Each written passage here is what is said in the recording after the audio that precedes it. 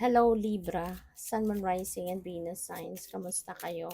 Sana po'y nasa mabuti kayong kalagayan. Welcome back po sa Star Tarot.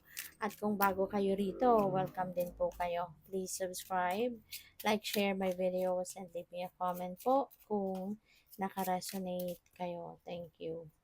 So, yung first message ninyo, don't listen to others as the messages you're receiving are correct. Diba? Huwag na kayong makinig sa mga marisol at mga marites dyan. Mas magtiwala kayo sa kung ano naririnig ninyo from deep within you.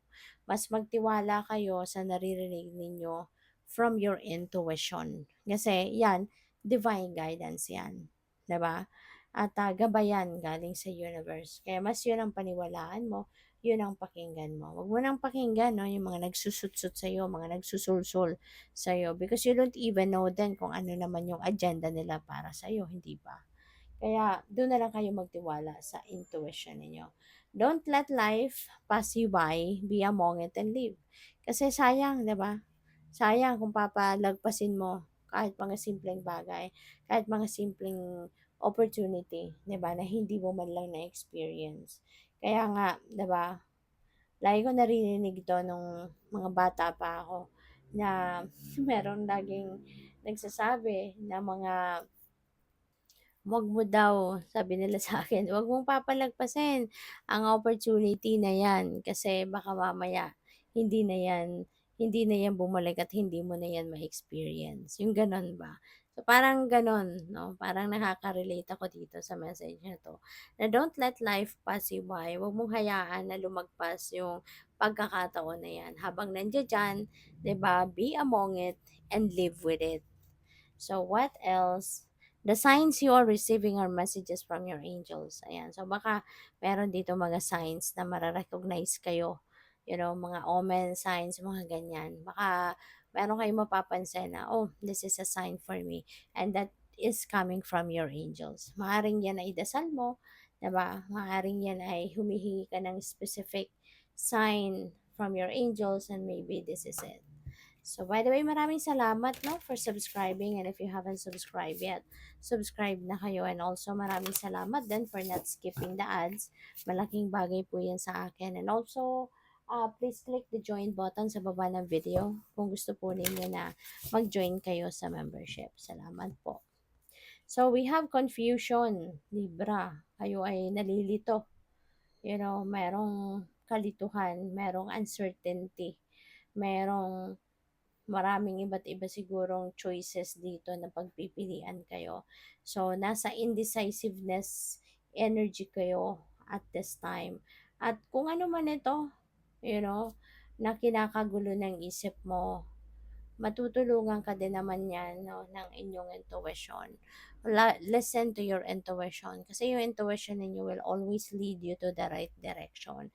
It's not going to leave you astray bagkus it will lead you towards the right path. Kaya pakinggan ninyo kung ano yung bulong sa iyo ng inyong intuition at sundin ninyo. No, sundan ninyo kung saan man kayo nito gustong dalhin. Kasi ibig sabihin nito na papunta kayo doon sa kung saan kayo dapat mapunta. Alright? So, what else? We have shamanic healer, cleansing and attunement, no? So, ito din yung pwede din yung gawin. Kasi when you are confused, ibig sabihin na po pwedeng marami kang mga negative energy, no? Na nandiyan dyan sa katawan mo, sa energetic field mo. Kaya you may need to do some kind of cleansing, mag-detoxify ka, mag-purify ka ng sarili mo. Okay? So, ano magagawa mo para makapag-cleansing ka? You can do, pwedeng mag-smudging ka, yung magpapauso ka ng insenso, pausukan mo yung living space mo, yung paligid mo, pati na rin yung buo mong katawan, pausukan mo, no? At magdasal ka, no?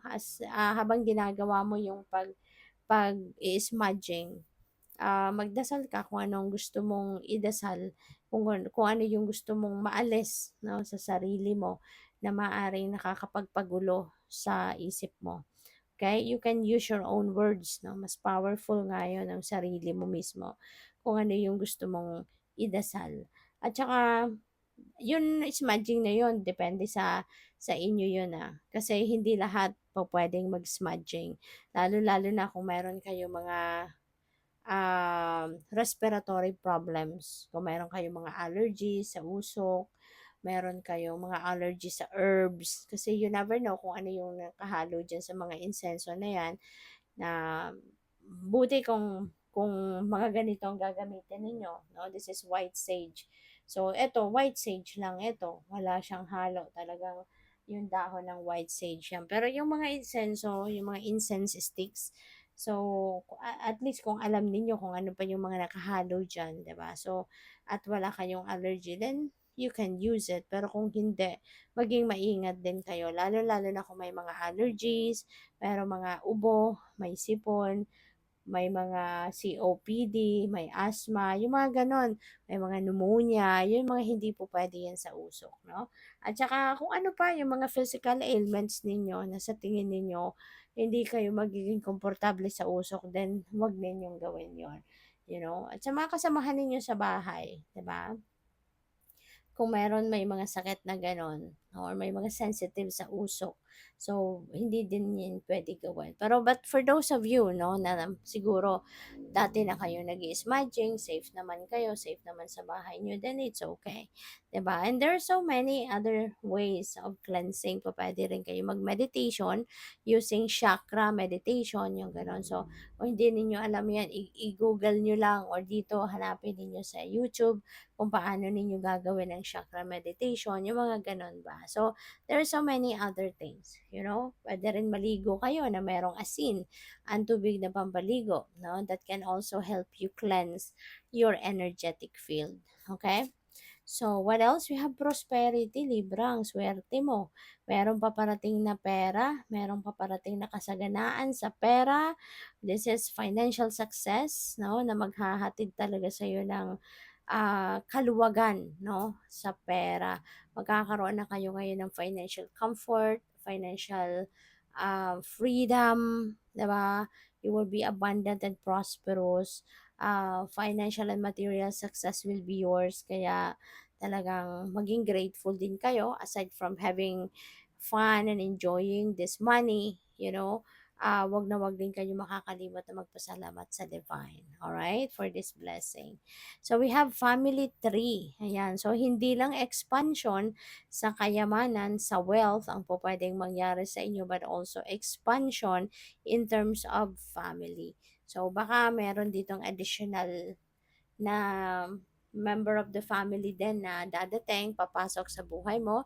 Po pwede meron dito mag-aasawa, so for sure madadagdagan ng pamilya, may mga nganak, 'di ba? So po pwedeng gano'n ang ganap. So maybe you are ano, you're growing your family. So good luck. Thank you for watching. Love and light. Namaste.